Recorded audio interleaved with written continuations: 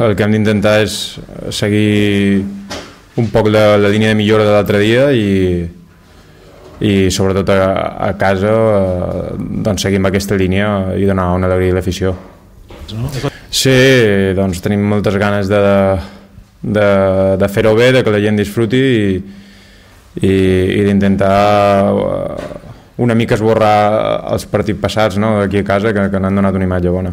Jo crec que estem en una situació difícil i ara per ara el que vengui un rival o un altre tampoc ens ha d'interessar massa. El que està clar que a segona divisió te pot guanyar qualsevol i tu pots guanyar qualsevol. L'igualtat és màxima i jo crec que si cap doncs pot ser una motivació bona, no?, que vengui el líder.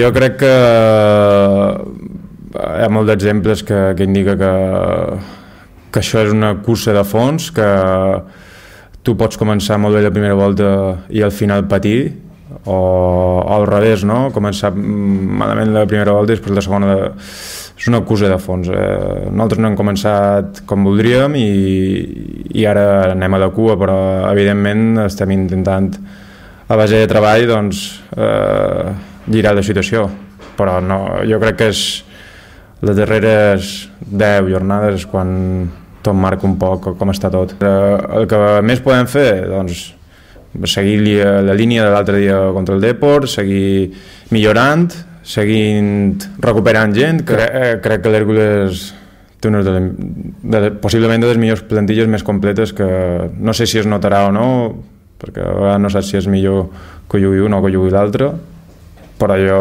m'espero el millor Hèrcules, o sigui que m'imagino que serà un partit molt difícil. Però nosaltres tenim moltes ganes de canviar l'imatge a casa, d'intentar donar una alegria a l'afició, no?, perquè estan patint i està clar que volem canviar doncs, la dinàmica, seguir amb el que deia abans, no?, amb les sensacions que van tenir el dia del Depor.